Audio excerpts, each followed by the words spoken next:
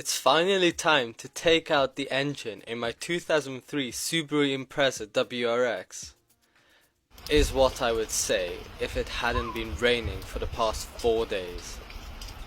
But today we got lucky with the weather and started working on the Subaru again.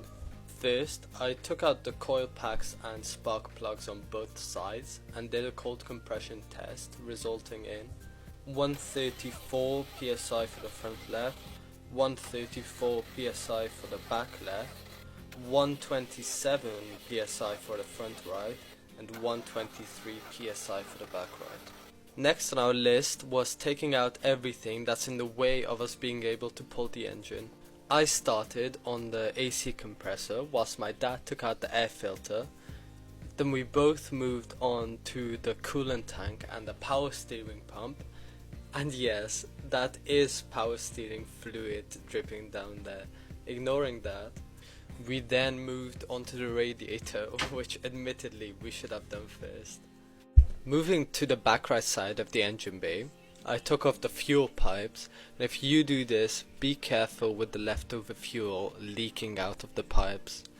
Next, I moved on to the pipes for the heating.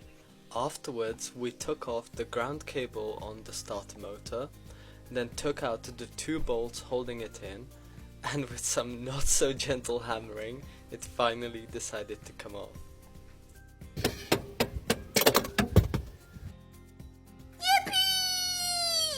Following the starter, we released the clutch fork by first taking this little plug out, then threading in a M6x1 into the clutch fork slide pin, and then just pulling the bolt out.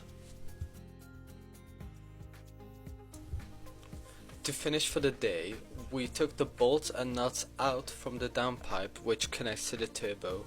Both bolts and 2 nuts were accessible from the top side, and the last nut was missing. It was just not there. And to make it even worse, 2 out of the 6 bolts were also missing from the bell housing. I have no idea who worked on this car beforehand, but they did some dodgy work. Stay tuned for tomorrow's video where the engine stand arrives and we can finally take the engine out.